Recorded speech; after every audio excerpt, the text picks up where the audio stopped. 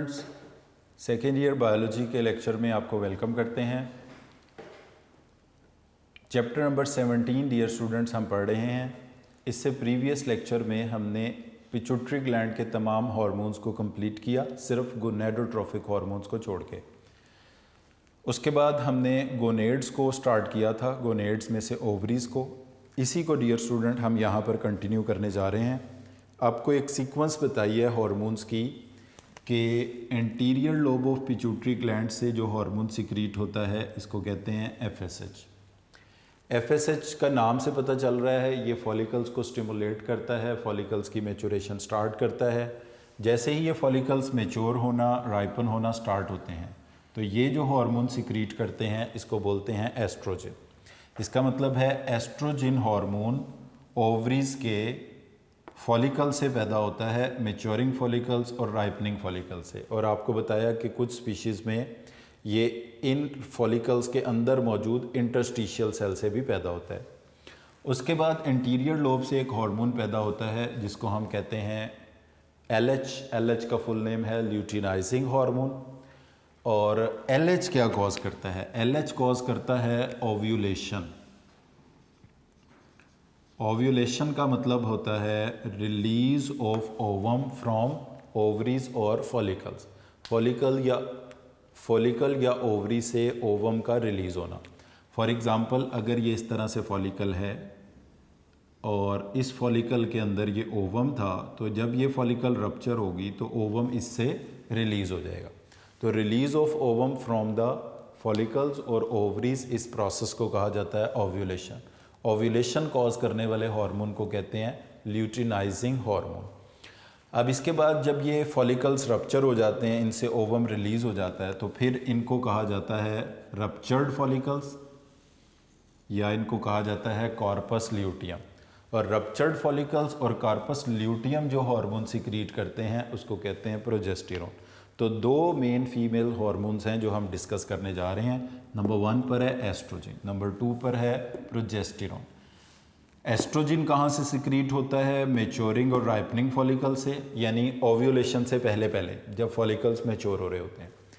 जब follicles mature हो जाते हैं तो एलएच आकर फॉलिकल्स को रप्चर करता है, जिसकी वजह से एग रिलीज होता है, ओवम रिलीज होता है। इसको कहते हैं ओव्यूलेशन।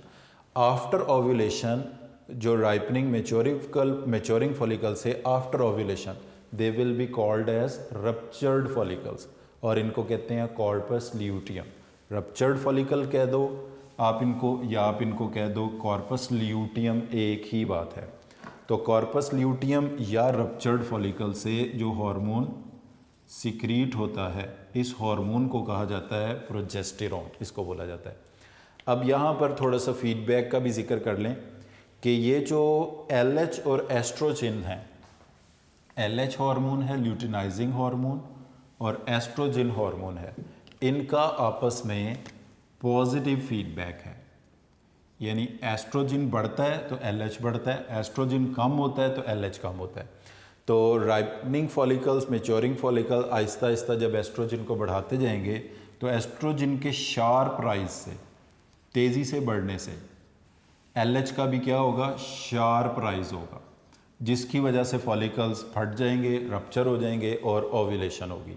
तो डियर स्टूडेंट, ये इसी तरह के क्वेश्चंस इनके बारे में आपने याद रखने हैं कि ल्यूटिनाइजिंग हार्मोन का फंक्शन क्या है? ओव्यूलेशन कराना।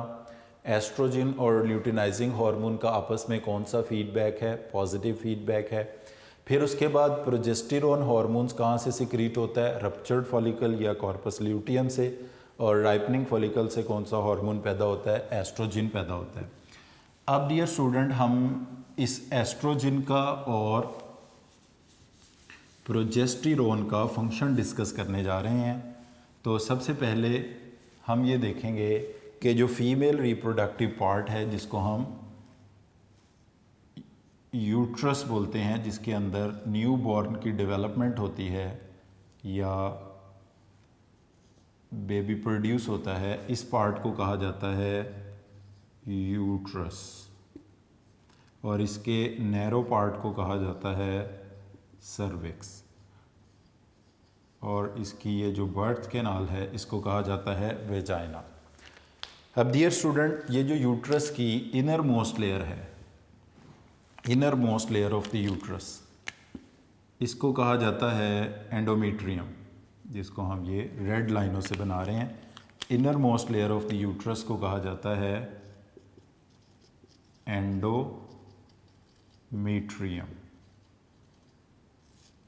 इस एंडोमेट्रियम में, inner most layer of the uterus में एंडोमेट्रियम पे बनता है प्लेसेंटा इस तरह से, और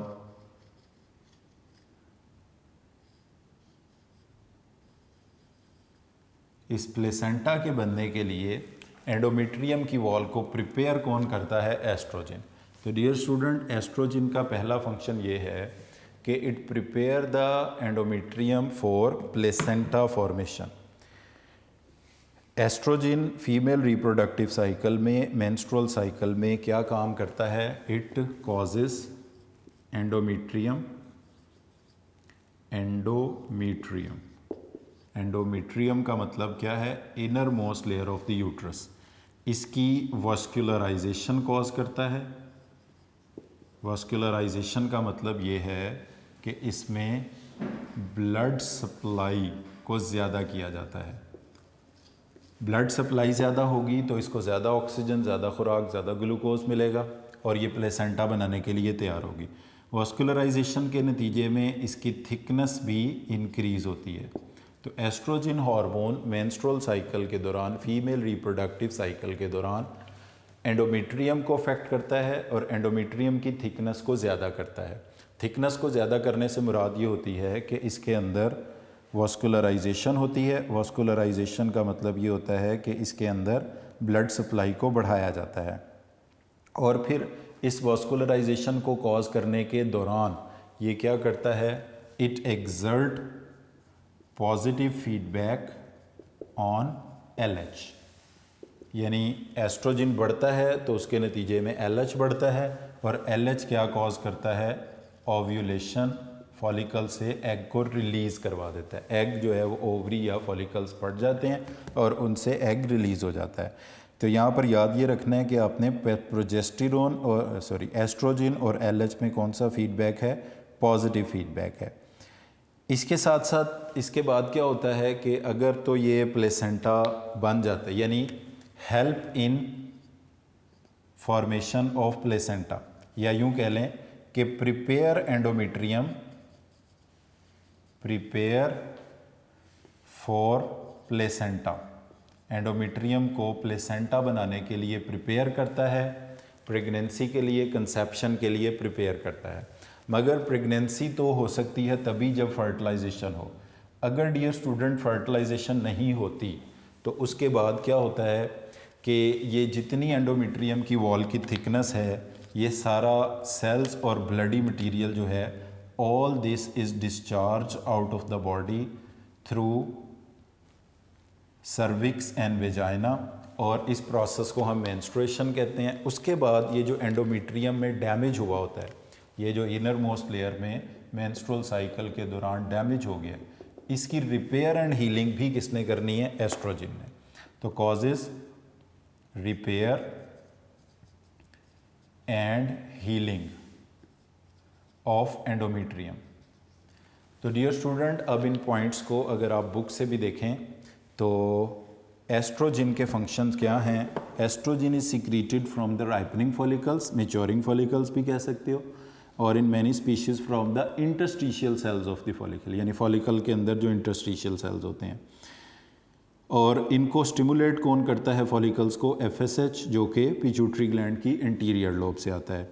इसके बाद डियर स्टूडेंट, जितने भी फीमेल सेकेंडरी सेक्स कैरेक्टरिस्टिक्स हैं, they are also controlled by the estrogen hormone. Secondary sex character, secondary sex characters में शामिल होते हैं primary sex character, dear students कहते हैं गोनेड्स को। फॉर एग्जांपल, अगर मेल हैं तो टेस्टीज मौजूद होंगे, फीमेल हैं तो ओवरीज। इसके अलावा जितने भी ऐसे कैरेक्टर्स हैं जिनकी बेस के ऊपर आप मेल फीमेल में अपेरेंटली डिफ्रेंशिएट कर सकते हैं गोनेड्स के अलावा, इन तमाम कैरेक्टरिस्टिक्स को कहा जाता है सेकेंडरी सेक्स कैरेक्टर्स। जैसे कि फीमेल सेकेंडरी सेक्स कैरेक्टर्स में क्या होगा? बियर्ड ग्रोथ सप्रेस्ड रहेगी, डेवलपमेंट ऑफ मेमोरी ग्लैंड्स होगी, इसमें पेल्विस ब्रॉड होगा, शोल्डर्स नैरो होंगे, और जो पिच आवाज़ में फ़र्क होगा, इस तरह के जितने करेक्टरिस्टिक्स हैं ये सारे कहलाते हैं female secondary sex characters and these are controlled by the estrogen. उसके बाद हमने देखा कि जो inner most layer of the uterus होती है, यहाँ पर उसका नाम नहीं लिखा हुआ, आप लिख सकते हैं।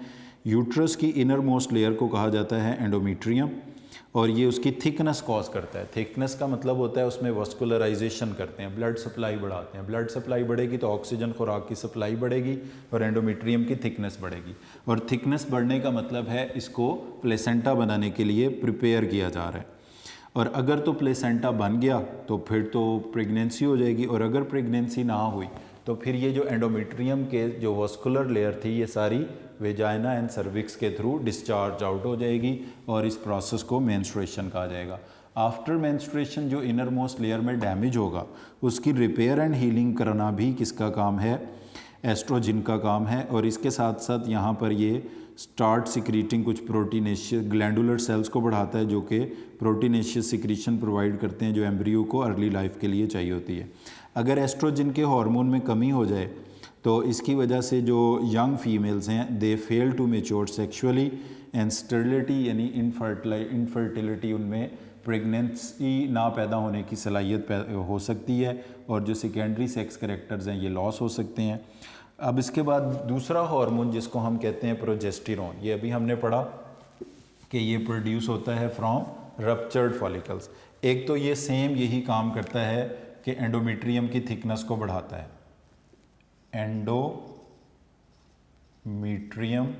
Inner most layer of the uterus को कहते हैं, इसकी थिकनेस को और ज़्यादा करता है। ये एंडोमेट्रियम की थिकनेस को और ज़्यादा करने का मकसद यही है कि ये भी प्लेसेंटा बनाने में, प्रेगनेंसी को मेंटेन करने में हेल्प करता है। अब उसके बाद रप्चर्ड फॉलिकल से ये सिक्रीट होता है from LH. Progesterone negative feedback exert करता है ऑन एफएसएच, ये नेगेटिव फीडबैक डालता है ऑन एफएसएच, यानी कि जब तक प्रोजेस्टेरॉन ज़्यादा रहेगा एफएसएच जो है वो कम रहेगा, तो इसकी वजह से मज़ीद फॉलिकल्स मैच्योर नहीं होंगे, यानी फीमेल रिप्रोडक्टिव साइकिल जो मेंस्ट्रुअल साइकिल है जितने टाइम तक एस्ट्रोजन ज़्यादा रहेगा वो रुका रहेगा। अब इसी करैक्टर की बेस के ऊपर इसको यूज़ किया जाता है बर्थ कंट्रोलिंग पिल्स के अंदर। Progesterone is used in birth control pills. जो प्रेगनेंसी को रोकने वाली दवाइयां हैं उनमें प्रोजेस्टेरॉन हार्मोन को इस्तेमाल किया जाता है। अब डियर स्टूडेंट, ये एमसीक्यू बहुत ही इंपॉर्टेंट है, पूछा जाता है which of the following hormone is used in birth controlling pills. तो बर्थ कंट्रोलिंग पिल्स में जो हार्मोन इस्तेमाल होता है उसका नाम है प्रोजेस्टेरॉन। अब अगर आपको शॉर्ट क्वेश्चन आ जाता है why progesterone is used in birth controlling pills, तो अब हम सिर्फ स्पेसिफिकली इसी के बारे में बात करते हैं कि why progesterone is used in birth controlling pills. तो डियर स्टूडेंट, प्रोजेस्टेरॉन के बर्थ कंट्रोलिंग पिल्स में यूज़ होने की वजह यह है कि ये एफएसएच पर नेगेटिव फीडबैक एग्जर्ट करता है। अब अगर आप देखें कि ये एफएसएच पे नेगेटिव फीडबैक डालता है, एफएसएच कम होगा तो एस्ट्रोजन भी कम रहेगा, एस्ट्रोजन कम रहेगा तो एलएच भी कम रहेगा, क्योंकि रिलेशनशिप हमने क्या लिखा है, एफएसएच उसके बाद एस्ट्रोजन, एस्ट्रोजन के बाद एलएच, एलएच के बाद प्रोजेस्टेरॉन। अब एफएसएच जो है, प्रोजेस्टेरॉन ने क्या डाला है, नेगेटिव फीडबैक डाला है एफएसएच पर, यानी जब तक ये प्रोजेस्टेरॉन हार्मोन ज़्यादा रहेगा एफएसएच कम रहेगा, एस्ट्रोजन भी कम रहेगा और एलएच भी कम रहेगा। एलएच के कम होने का मतलब है इट विल सप्रेस ओव्यूलेशन। इसके नतीजे में क्या होगा, ओव्यूलेशन सप्रेस रहेगी, और जब तक ये ओव्यूलेशन सप्रेस रहेगी फर्टिलाइजेशन नहीं हो सकती। ओव्यूलेशन सप्रेस्ड का मतलब है no fertilisation, no fertilisation, no pregnancy, no conception, क्योंकि प्रेगनेंसी कंसेप्शन एक ही बात है। ना प्रेगनेंसी होगी, ना फर्टिलाइजेशन होगी, ना कंसेप्शन होगी, इसलिए प्रोजेस्टेरोन हार्मोन को यूज़ किया जाता है इन बर्थ कंट्रोलिंग पिल। तो उसकी रीज़न में आप क्या लिखेंगे, because progesterone exert negative feedback on FSH. FSH के कम होने का मतलब है एस्ट्रोजन कम, एस्ट्रोजन के कम होने का मतलब है एलएच कम, और जब तक ये एलएच कम रहेगा ओव्यूलेशन सप्रेस्ड रहेगी, जिसकी वजह से ना फर्टिलाइजेशन होगी, ना प्रेगनेंसी होगी, ना कंसेप्शन होगी। इसलिए प्रोजेस्टेरोन को यूज़ किया जाता है इन बर्थ कंट्रोलिंग पिल्स। तो यहाँ पर डियर स्टूडेंट्स, जो हमारे फीमेल गोनेड्स थे उनके दो हार्मोन्स एस्ट्रोजन और प्रोजेस्टेरोन को हमने डिस्कस किया। अब उसके बाद हम डिस्कस करने जा रहे हैं मेल गोनेड्स को। तो मेल गोनेड्स में डियर स्टूडेंट्स आते हैं pair of testis. Pair of testis is located outside the body cavity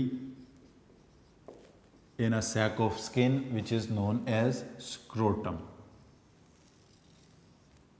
Dear student, testes are located in a sac of skin which is located outside the body cavity known as scrotum. और ये scrotum में इसलिए होते हैं to adjust the temperature of testis which is required for the maturation of sperm. अब dear student, ये जो हमारे टेस्टिकल्स हैं they consist of numerous fine convoluted tubules.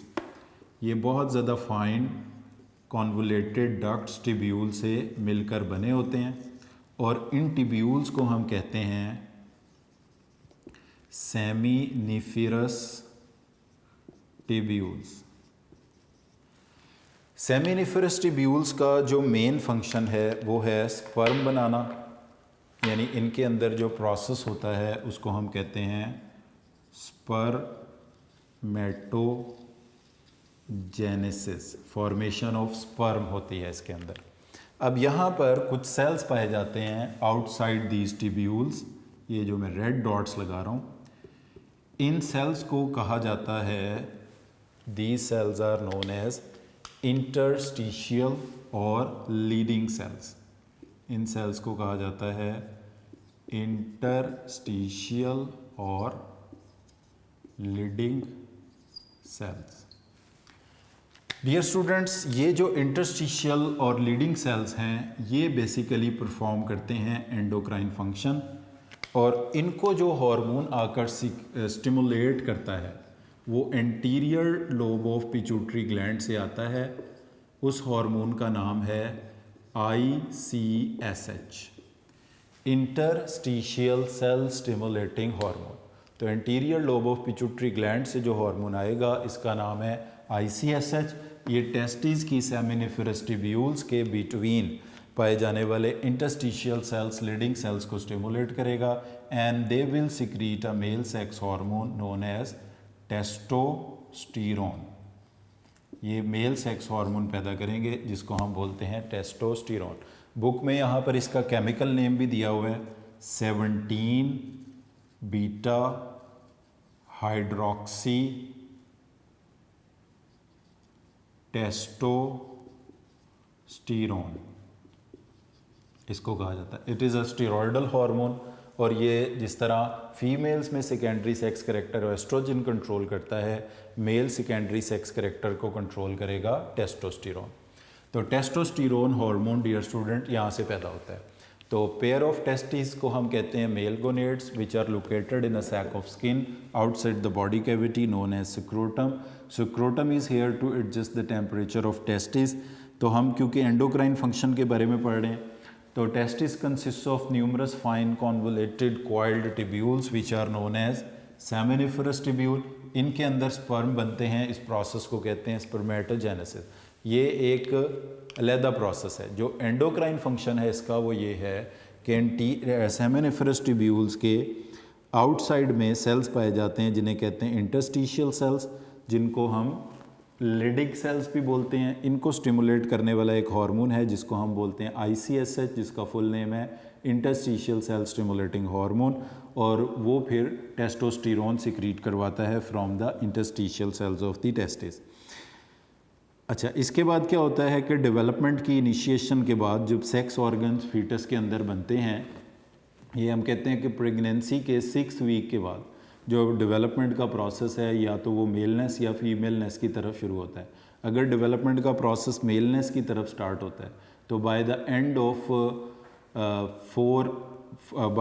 Of fourth month सारे ऑर्गन्स तकरीबन बॉडी के बन जाते हैं, तो मेल सेक्स ऑर्गन्स भी बन जाते हैं जिन्हें हम टेस्टोस्टेरोन बोलते हैं। इसके बाद ये जो इसका टेस्टोस्टेरोन हार्मोन का लेवल है ये by the time gradually increase होता रहता है, और प्यूबर्टी के टाइम पर क्या होता है कि प्यूबर्टी का मतलब होता है जब सेकेंडरी सेक्स कैरेक्टर अपीयर होने लगते हैं, ICSH, जिसको फीमेल्स में LH भी कहते हैं। जब इसका राइज होता है तो इसके राइज से क्या होता है, टेस्टोस्टेरोन का लेवल भी ज़्यादा होता है, और प्यूबर्टी के टाइम पर अपीयर होते हैं सेकेंडरी सेक्स कैरेक्टर्स। जैसे कि आपको बताया कि वो कैरेक्टर्स टेस्टीज़ के अलावा जो मेल फीमेल में डिफ्रेंशिएट करते हैं उसको हम कहते हैं सेकेंडरी सेक्स कैरेक्टर, जिसमें बियर्ड ग्रोथ है, मस्कुलेचर ऑफ द बॉडी है, शोल्डर्स का ब्रॉड होना है, तो ये वाले सारे इस तरह के सेक्स कैरेक्टर्स मेल्स के अंदर प्रोड्यूस होते हैं। अब किसी वजह से अगर टेस्टोस्टेरोन हार्मोन का लेवल कम रह जाए या इसकी किसी एबनॉर्मेलिटी की वजह से टेस्टोस्टेरोन हार्मोन कम पैदा हो, तो इसके नतीजे में क्या होगा कि प्यूबर्टी के टाइम पे जो सेकेंडरी सेक्स कैरेक्टर्स हैं वो अपीयर नहीं होंगे, और अगर टेस्टोस्टेरोन हार्मोन का लेवल कम होता है, इसका कम लेवल की वजह से कैस्ट्रेशन का मतलब ये होता है कि ऐसे मेल्स जो जीनोटिपिकली प्राइमरी सेक्स कैरेक्टर्स में मेल्स हैं मगर उनमें secondary sex characters under developed रहते हैं या अपीयर ही नहीं होते, their body phenotypically look like females. Genotypically वो मेल हैं but their body phenotypically look like female, इनको हम कहा जाता है कैस्ट्रेशन, इसको बोलते हैं, या इसको हम बोलते हैं कैस्ट्रेटेड मेल्स, इनको हम बोलते हैं। तो डियर स्टूडेंट एक बार फिर देख लें मेल गोनेड्स के बारे में। टेस्टीज मेल गोनेड्स को हम बोलते हैं, और ये हमने देखा कि सैक ऑफ स्किन में होते हैं। इनकी ट्यूब्यूल्स को कहते हैं सेमिनिफरस ट्यूब्यूल, जिनमें स्पर्म बनना स्पर्मेटोजेनेसिस है। और ये जो रेड डॉट्स लगाए हैं इन सेल्स का नाम इंटरस्टिशियल सेल्स और लीडिंग सेल्स है। एंटीरियर लोब से जब ICSH हार्मोन आकर इन इंटरस्टिशियल सेल्स को स्टिमुलेट करता है तो ये टेस्टोस्टेरोन हार्मोन पैदा करते हैं, जिसका केमिकल नेम है 17 बीटा हाइड्रोक्सी टेस्टोस्टेरोन। अब ये इसकी स्टेजेस हैं, देखें जब डेवलपमेंट में टेस्टीज डेवलप हो जाते हैं बिफोर बर्थ ही, तो टेस्टोस्टेरोन हार्मोन सिक्रीट होना शुरू हो जाता है और कंटिन्यूसली इसके अंदर राइज होता रहता है। जब प्यूबर्टी की एज आती है, प्यूबर्टी की एज होती है 13 ईयर्स 14 ईयर्स की एज, 13-14 ईयर्स की एज में क्या होता है, प्यूबर्टी का टाइम जब स्टार्ट होता है तो शार्प राइज होता है ICSH के लेवल में, उसकी वजह से टेस्टोस्टेरोन का लेवल भी बढ़ता है और सेकेंडरी सेक्स कैरेक्टर्स अपीयर होना शुरू हो जाते हैं। सेकेंडरी सेक्स कैरेक्टर्स में जैसे आपको बताया beard growth, musculature of the body, broad shoulders etcetera, ये सारे मेल सेकेंडरी सेक्स कैरेक्टर्स हैं, और इसके साथ साथ जो सेक्स डिराइव है वो भी इंक्रीज़ होना शुरू हो जाती है। और फिर ये थ्रू आउट जो है ये सेकेंडरी सेक्स कैरेक्टर प्रमोटेड रहते हैं because of the high level of testosterone. अगर किसी वजह से टेस्टोस्टेरोन का लेवल कम होता है तो इससे क्या प्रॉब्लम अपीयर होती है, कैस्ट्रेशन, जिसमें मेल्स में secondary sex characters under developed होते हैं या होते वो जीनोटिपिकली मेल हैं but their body the castrated male fails to develop secondary sexual character and his body look like female या इमेच्योर फीमेल की तरह वो महसूस होते हैं। तो under developed male secondary sex characters उनके अंदर होते हैं। This condition is known as castration, इसको कहा जाता है। तो डियर स्टूडेंट्स, एक हार्मोन जो उधर anterior lobe of pituitary gland के हवाले से रह गया वो है प्रोलैक्टिन। उसका हमने पहले भी जिक्र किया था कि प्रोलैक्टिन कंटिन्यूसली बॉडी के अंदर सिक्रीट होता है। फीमेल्स में फीमेल हार्मोन है, ये कंटिन्यूसली ये बॉडी के अंदर सिक्रीट होता है और ये डेवलपमेंट ऑफ मेमोरी ग्लैंड्स का बाइस बनता है, यानी मेमोरी ग्लैंड्स को ये प्रिपेयर कर रहा होता है फॉर मिल्क प्रोडक्शन। मगर इसको रोकने के लिए जो हार्मोन आता है, इसको बढ़ाने के लिए नहीं, इसको रोकने के लिए आता है, उसे कहते हैं PIH, प्रोलैक्टिन इनहिबिटरी फैक्टर। और प्रीवियस लेक्चर में भी डियर स्टूडेंट आपको बताया था कि हाइपोथैलेमस से सारे रिलीजिंग फैक्टर सिक्रीट होते हैं, सिर्फ एक ही इनहिबिटरी फैक्टर है और उसका नाम है प्रोलैक्टिन इनहिबिटरी फैक्टर, जो प्रोलैक्टिन हार्मोन को कम करता है। बाकी प्रोजेस्टेरोन का, एस्ट्रोजन का, इन सब चीज़ों का हमने इनके साथ ही यहाँ पर जिक्र कर लिया। तो डियर स्टूडेंट्स, अब यहाँ पर आपने देखा कि हमारा इंटीरियर लोब का टॉपिक भी कंप्लीट हो गया और साथ हमने गोनेड्स को भी पढ़ लिया। और क्योंकि हमने गोनेड्स को इनके साथ मिला के पढ़ा है तो अब ये हमें बेटर अंडरस्टैंडिंग प्रोवाइड कर रहा है गोनेडोट्रोफिक हार्मोन की भी, और उसके साथ जो टेस्टिस और ओवरीज के गोनेड्स के हार्मोन हैं। इसके बाद डियर स्टूडेंट्स, हम लोगों ने जो नेक्स्ट ग्लैंड स्टडी करना है वो है thyroid gland.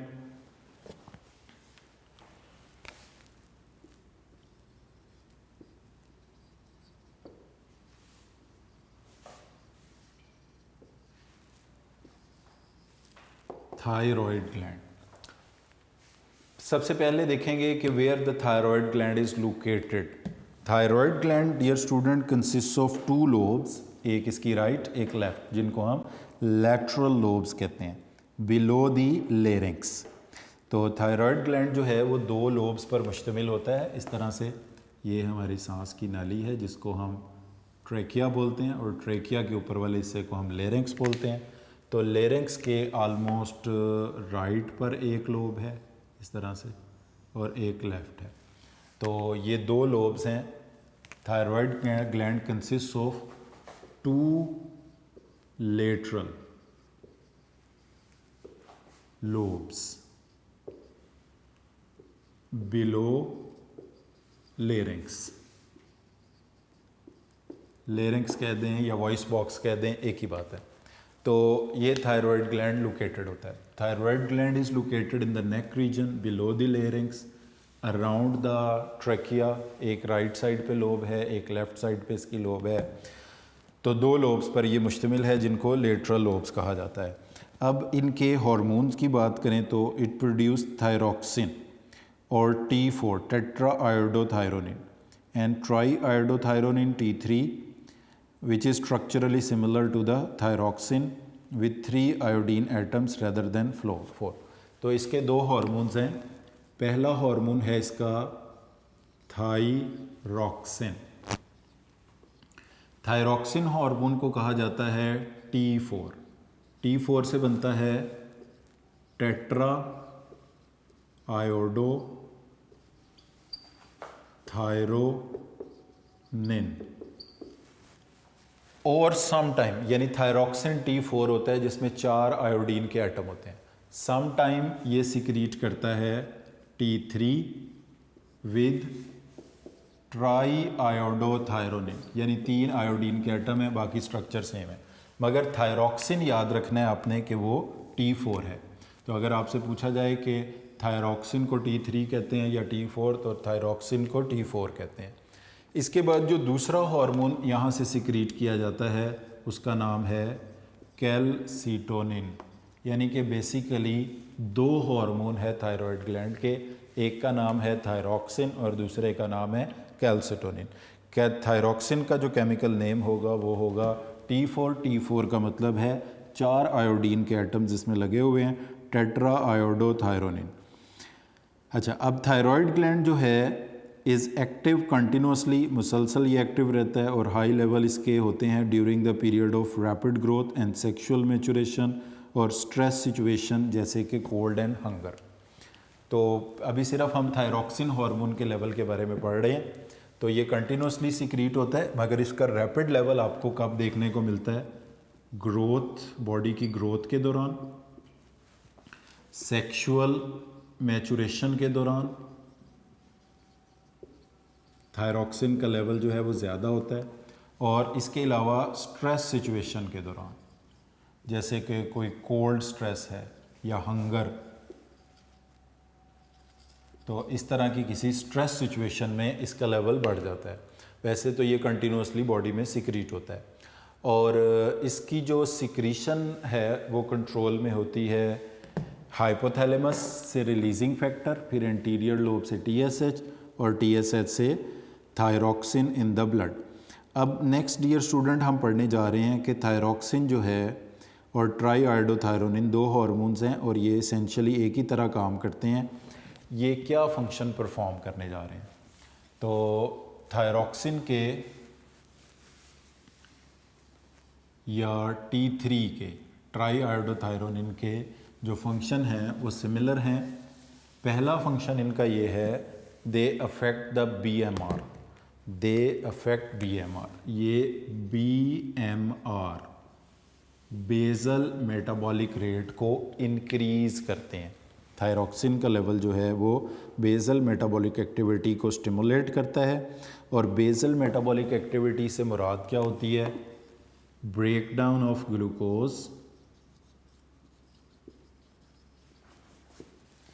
Breakdown of glucose, जिसके नतीजे में ऑक्सीजन की कंजम्पशन ज़्यादा होगी, CO2 का रिलीज़ ज़्यादा होगा और ATP भी ज़्यादा रिलीज़ होंगे। यानी ग्लूकोज ज़्यादा टूटेगा तो ऑब्वियसली ऑक्सीजन का इस्तेमाल बढ़ेगा, कार्बन डाइऑक्साइड का रिलीज़ बढ़ेगा और ATP ज़्यादा पैदा होंगे। ATP ज़्यादा पैदा होने का मतलब ये होगा कि बॉडी में हीट और एनर्जी जो होगी वो अवेलेबल होगी। और ये साथ मिलकर, ये हो गया BMR, ये साथ जिस हार्मोन के मिलकर काम करता है, इन कंजंक्शन। बिल्कुल इसी तरह के काम जो हार्मोन और कर रहा होता है वो होता है STH, सोमैटोट्रोफिक हार्मोन। तो ये MCQ भी पूछा जाता है कि thyroxine hormone work in conjunction with, ये किसके साथ मिलके काम करता है? ये सोमैटोट्रोफिक हार्मोन के साथ मिलकर काम करता है। किस काम के लिए? ग्रोथ के लिए और डिफ्रेंशिएशन के लिए। ग्रोथ से मुराद यहाँ पर होती है कि body irreversible increase in size को हम कहते हैं ग्रोथ। डिफ्रेंशिएशन का मतलब होता है कि स्पेसिफिक ऑर्गन्स का, specialised type of the cells का बॉडी में बनना, इस प्रोसेस को हम कहते हैं डिफ्रेंशिएशन, डेवलपमेंट, जो कि सोमैटोट्रोफिक हार्मोन के साथ मिलकर ये करता है। अब इसकी एक एग्जांपल है कि एम्फीबियंस जो हैं, एम्फीबियंस, अब आप इसको डिफ्रेंशिएशन को डेवलपमेंट भी कह सकते हैं। एम्फीबियंस में एक प्रोसेस होता है जिसको कहते हैं मेटामॉर्फोसिस, जिसका मतलब ये होता है जैसे फ्रॉग का जो लार्वा है, एम्फीबियन में लार्वे से मेटामॉर्फोसिस के नतीजे में बनता है एडल्ट। अब हम देखते हैं कि एडल्ट की और लार्वे की शेप एक दूसरे से मुख्तलिफ होती है। तो जो लार्वे की शेप एडल्ट की से मुख्तलिफ होती है, इस प्रोसेस को मेटामॉर्फोसिस कहते हैं। तो एक्सपेरिमेंटली अगर किसी टॉड या फ्रॉग में से थायराइड ग्लैंड को रिमूव कर दें तो उसका लार्वा ही एडल्ट में चेंज हो जाता है, यानी फेल टू परफॉर्म मेटामॉर्फोसिस। तो इससे पता चलता है कि डेवलपमेंट के लिए ज़रूरी है। मेटा का मीनिंग होता है चेंज, मॉर्फ का मतलब होता है शेप और स्ट्रक्चर। तो फ्रॉग के या टोड के, किसी एम्फीबियन के लार्वे से एडल्ट बनने के प्रोसेस को हम कहते हैं मेटामॉर्फोसिस। अगर किसी फ्रॉग में से हम या टोड में से उसके रिमूव कर देते हैं थायराइड ग्लैंड को, तो उसके अंदर टेल को रिमूव करने की, गिल्स को रिमूव, यानी शेप में चेंजेस लाने की एबिलिटी ख़त्म हो जाती है। इसको कहते हैं मेटामॉर्फोसिस। अब डियर स्टूडेंट, ये तो सारे फंक्शन हो गए थायरॉक्सिन के। अब थायरॉक्सिन अगर ज़्यादा हो जाता है तो कौन सा डिसऑर्डर होगा, कम हो जाता है तो कौन सा डिसऑर्डर होगा, और उनके क्या सिम्टम्स होंगे। तो डियर स्टूडेंट्स, थायरॉक्सिन की कमी की बात अगर हम करें तो इसको हम नाम देते हैं हाइपोथायरॉयडिज्म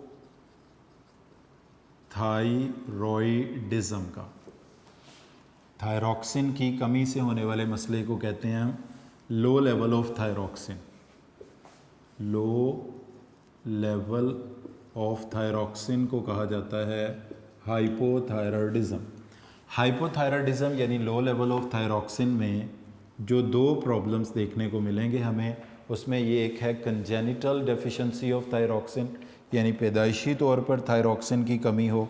इस कंडीशन को कहा जाता है सीरीटिनिज्म।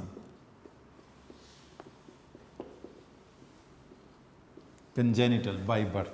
और उसके बाद दूसरी है अगर आयोडीन की कमी हो जाती है बॉडी में, उसकी वजह से थायरॉक्सिन प्रोड्यूस नहीं हो पाता, तो इस कंडीशन को कहा जाता है ग्वाइटर, और इसको एक और नाम भी दिया जाता है मिक्सोएडिमा, इस कंडीशन को बोलते हैं। तो इनको अब हम डिस्कस करने जा रहे हैं कि हाइपोथायराइडिज्म में क्या होता है। हाइपोथायराइडिज्म में पहली प्रॉब्लम है पैदाइशी तौर पे कंजेनिटल डेफिशिएंसी ऑफ थायरॉक्सिन अगर हो तो ऐसे इंडिविजुअल नॉर्मली डेवलप नहीं होते। स्मॉल स्कैंटी यानी बहुत कम हेयर्स होते हैं इनकी बॉडी पे, थिक येलो स्केली छिलकों वाली इनकी स्किन होती है, मेंटली रिटार्डेड होते हैं और सेक्सुअली भी ये अंडर डेवलप्ड होते हैं। और अगर आयोडीन की कमी की वजह से इसमें कमी होती है तो there is a swelling around the neck जिसको ग्वाइटर कहा जाता है, और इसमें हाथ पांव सूज जाते हैं, puffiness of hand and feet, इस कंडीशन को मिक्सोएडिमा कहा जाता है। और डियर स्टूडेंट, अगर थायरॉक्सिन का लेवल ज़्यादा हो जाता है तो इसको कहा जाएगा हाइपरथायराइडिज्म, यानी एक्सेस ऑफ थायरॉक्सिन। थायरॉक्सिन के बढ़ने से जो प्रॉब्लम होगी इसको कहा जाता है ग्रेवीज डिजीज़। तो थायरॉक्सिन के कम होने से सिरिटिनिज़म और ग्वाइटर, पैदाइशी तौर पे कमी हो तो सिरिटिनिज़म जिसमें स्किन के ऊपर हेयर्स कम होंगे, स्किन येलोइश होगी, स्केली होगी, हेयर्स स्कैंटी का मतलब होता है बहुत कलील कम मिकदार के अंदर होंगे, ये सेक्सुअली अंडर डेवलप्ड होंगे, fail to develop, mentally retarded, mental भी डेवलपमेंट नहीं होगी इनके। ग्वाइटर में क्या होगा, there is swelling around the neck और इसमें आयोडीन की कमी वजह बनेगी। हाथ पाँव के पफ्ट का मतलब होता है कि ऐसे हों जैसे उसमें हवा भरी हुई है, सूज जाएं, तो इस कंडीशन को कहा जाता है मिक्सोएडिमा। और अगर थायरॉक्सिन का लेवल ज़्यादा है तो इसको कहा जाता है ग्रेवीज डिजीज़। अब ग्रेवीज डिजीज़ के क्या सिम्टम होंगे, एक्सोफ्थैल्मिक, एक्सोफ्थैल्मिस का मतलब होता है पॉइंटेड आई बॉल, आँखें ऐसे बाहर को निकली हुई महसूस होंगी। और बेसल मेटाबॉलिक रेट इंक्रीज़ हो जाएगा, और बेसल मेटाबॉलिक रेट इतना इंक्रीज़ होगा कि हार्ट फेलियर, कार्डिक फेलियर हो सकता है, और प्रोटीन की सिंथेसिस बहुत ज़्यादा इसके अंदर बॉडी के अंदर होगी, और excess which is because of the excessive secretion of thyroxine hormone. तो डियर स्टूडेंट, थायरॉक्सिन हार्मोन के बारे में जो चीज़ें हमने पढ़ी हैं एक बार जल्दी से उसको समराइज़ करते हैं। थायरॉक्सिन T4 को कहते हैं टेट्राआयोडोथायरोनिन, इसकी सिमिलर फॉर्म T3 है जिसको ट्राईआयोडोथायरोनिन कहते हैं। फ़र्क सिर्फ 3 आयोडीन के एटम हो तो T3, 4 आयोडीन के एटम हो तो T4, मगर थायरॉक्सिन जो है वो T4 है। बेसिक फंक्शन इसका बेसल मेटाबॉलिक रेट को इंक्रीज़ करना है। ये कंटिन्यूसली बॉडी में सिक्रीट होता है, ग्रोथ के टाइम में ज़्यादा हो जाता है, स्ट्रेस के टाइम पे ज़्यादा हो जाता है, और मैचुरेशन के टाइम पे, डिफ्रेंशिएशन के टाइम पे भी ये ज़्यादा हो जाता है। अब इसमें बेसल मेटाबॉलिक रेट में 4 चीज़ें आती हैं, ग्लूकोज का टूटना, ATP का बनना, ऑक्सीजन का इस्तेमाल होना और CO2 कार्बन डाइऑक्साइड का रिलीज़ होना। ये जिस हार्मोन के साथ मिलकर ग्रोथ को बढ़ाता है इसको कहते हैं सोमैटोट्रोफिक हार्मोन। ये डेवलपमेंट मेटामॉर्फोसिस के लिए भी ज़रूरी है। एक्सेस ऑफ थायरॉक्सिन हो तो ग्रेवीज डिजीज़ होती है, कंजेनिटल डेफिशिएंसी हो तो सिरिटिनिज़म होती है, और आयोडीन की कमी की वजह से कम हो तो ग्वाइटर जिसको मिक्सोएडिमा भी कहते हैं। तो आज के लेक्चर को डियर स्टूडेंट हम यहीं पर वाइंड अप करते हैं, मुकम्मल करते हैं, कंक्लूड करते हैं। आज के लेक्चर में हमने थायराइड ग्लैंड के हार्मोन थायरॉक्सिन को कंप्लीट किया है, और इसके साथ हमने एक हार्मोन को इसके छोड़ा है कैल्सिटोनिन, वो हम पैराथायरॉयड ग्लैंड के साथ मिला के पढ़ेंगे। तो आज के लेक्चर को हम यहीं मुकम्मल करते हैं। Thank you very much for today.